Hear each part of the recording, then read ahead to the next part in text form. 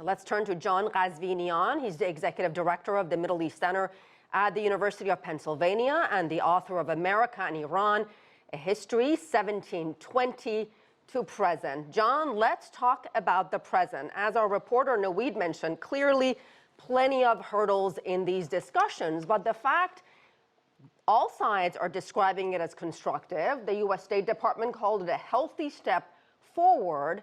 Is this perhaps a good start? Yeah, I mean, it looks like there is some real momentum, and that's encouraging to see. It looks like all of the parties are going to meet again on Friday in Vienna. So obviously they feel that they have more to talk about, which is usually a good sign, especially after a very short initial meeting like this. Having said that, I mean, look, as a historian, if you're a historian of U.S.-Iran relations, you're going to be a little skeptical of any of these kinds of things, because, you know, this history is littered with sort of false starts and good intentions that don't always necessarily go anywhere. I think, look, there are reasons for optimism, but I think there are some real challenges ahead. Fundamentally, the two sides, I think, have some real philosophical differences in the way they approach this. From the Iranian perspective, the feeling is that, look, this is very simple, that the U.S. walked away from the deal and the U.S. needs to come back to the deal. And that means, by necessity, that all of the sanctions have to be repealed. And I think that what the Iranians are also looking for at this point is some kind of ironclad guarantee or mechanism by which they can be sure that, look, you're not going to walk away from the deal again. From the American side, there seems to be a sort of philosophical approach that says more, well, let's use this as a conversation, as a sort of some form of leverage to be able to extract further concessions from Iran. That dangling the possibility of a new JCPOA or re-entry will be able to get a larger conversation about some of Iran's other activities in the region, for example. I think that's going to be a non-starter with Iran, at least the way things look at the moment. Let me ask you about a tweet from the EU envoy, Enrique Mora, and I'm going to read it to you. I know you won't be able to see it, but he basically agrees that the talks were constructive. He goes, there's unity and ambition for a joint diplomatic process with two expert groups on nuclear implementation and sanctions lifting. As coordinator, I will intensify separate contacts here in Vienna with all relevant parties. So, John, it sounds like there are two working groups here. One focusing on the U.S.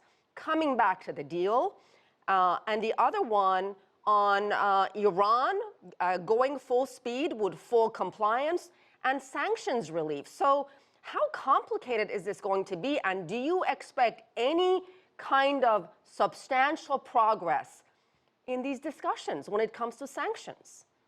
You know, at the end of the day, this doesn't actually have to be that complicated. It's not actually that complex to sort of have everyone go back to what they had agreed before.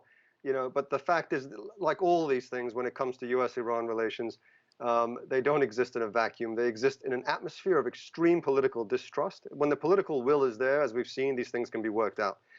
I think the only way forward right now, look, time is very sensitive, obviously, with the Iranian election only 11 or 12 weeks away. If something's going to happen, it needs to happen now, you know, this week, really. But I think both sides seem to understand this. This can't be another negotiation. This has to be a roadmap with some very clearly articulated steps and a very clearly articulated finish line. Iran and the U.S. need to know what the final product is going to look like. And then they can talk about the steps to get there. I think that seems to be the breakthrough that's coming through this week. So, you know, there is some reason for optimism. Iran's foreign minister, I mean, really, Iran has been consistent all this time saying, listen, we're not going to sit down face-to-face with the Americans. Zarif, in fact, Iran's foreign minister, called it unnecessary. Is that a mistake? Why not sit across from your American counterpart and see what they have to say? Because I think from Iran's perspective, that anything like that suggests another negotiation.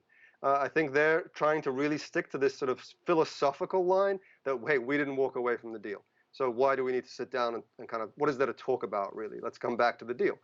That to some extent is a philosophical, but also a rhetorical position. I think that could be tweaked if they sense some seriousness on the American side, which they're seeing, which I think is why we're doing this. But I think it's part of a larger posture that Iran has been taking recently. They've been feeling more confident, I've noticed, in the last month or two.